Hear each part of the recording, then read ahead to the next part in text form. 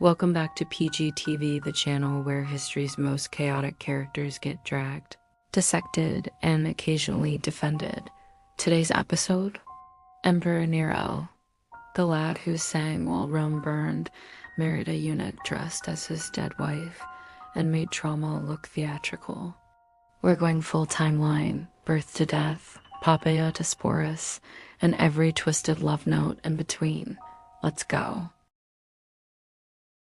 Nero entered the world on December 15, 37 CE, as Lucius Domitius Ahenobarbus.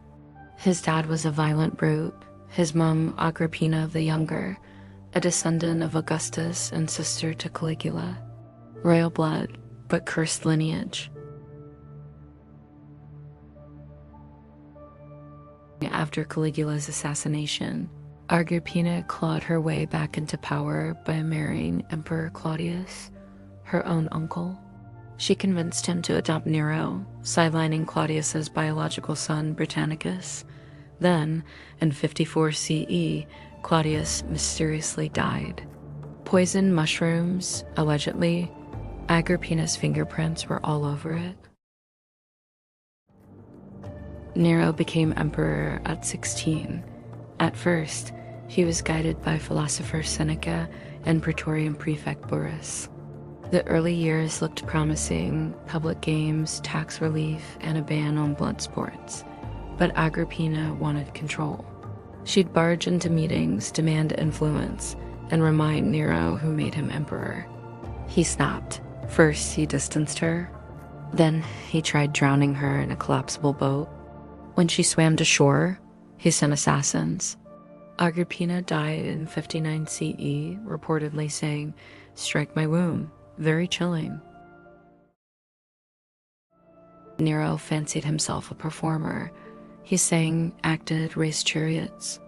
For Romans, emperors were meant to be stoic, not stage-struck. The Senate cringed. But Nero was obsessed with applause. Behind the curtain, paranoia brewed. He executed rivals, including his stepbrother Britannicus. He exiled or killed senators, poets, and even his wife Octavia, who he divorced for being barren. Spoiler, she wasn't. Enter Poppaea Sabina, gorgeous, cunning, and married to Otho, Nero's mate. She seduced Nero, whispering that Octavia was infertile and Agrippina was meddling. Nero fell hard. He divorced Octavia and married Poppaea in 62 CE. Octavia was exiled and later executed, her head sent to Poppaea as a gift. That's Roman romance for you.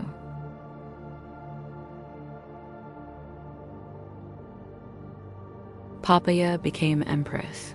She was known for her milk baths, lavish tastes, and sharp tongue, but Nero's love was volatile. In 65 CE, while pregnant, Poppaea died, allegedly after Nero kicked her in a fit of rage. Some sources say it was a miscarriage. Others say it was murder. Nero was devastated.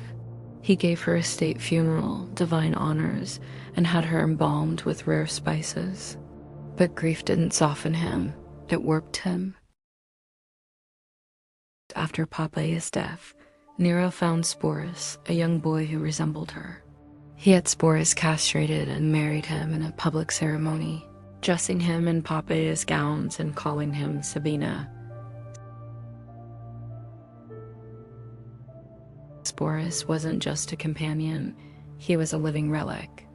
Nero paraded him at festivals, seated him beside him like a queen, and whispered sweet nothings that echoed Poppaea's ghost.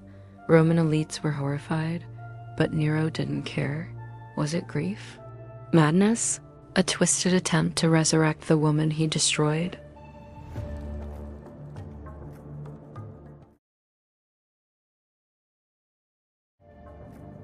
By 68 CE, Nero's empire was crumbling. Rebellions flared across the provinces. The Senate declared him a public enemy. His allies vanished. His guards deserted. The man who once ruled with velvet and fire was now alone, trembling in a villa outside Rome.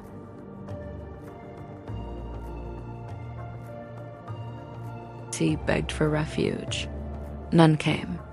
As soldiers closed in, Nero turned to his last companion, Sporus, and whispered, "What an artist dies at me." Then, with help, he drove a dagger into his throat. The curtain fell. But the tragedy didn't end there. Sporus, Nero's ghost bride, his living relic, was left behind, passed from man to man like a cursed heirloom. One general tried to marry him in a grotesque parody of Nero's wedding. Another planned something worse. Under Emperor Vitellius, Sporus was sentenced to die in the arena. Not just killed, violated. The plan? A public spectacle where he'd be raped by a wild animal. Rome's cruelty dressed as entertainment.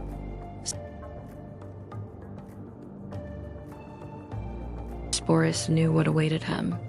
And so, before the games began, he took his own life. A final act of defiance. A boy sculpted into a ghost, refusing to be devoured by the empire that made him a symbol. Nero died with a whisper. Sporus died with silence. And Poppaea? She lingered in both, her beauty embalmed, her memory weaponized. 3 lives twisted by power, grief, and obsession. 3 echoes in Rome's marble halls. Nero's reign was a fever dream of art, violence, and obsession. Poppaea was adored, then destroyed. Sporus was sculpted into a living relic, and Nero? He burned through Rome, love, and sanity, leaving behind a legacy that still makes historians squirm. Like, comment, and subscribe for more historical chaos. Drop your hot takes below. Was Nero a tragic artist or a tyrant with a god complex? And remember, at PGTV, we don't just tell history. We resurrect it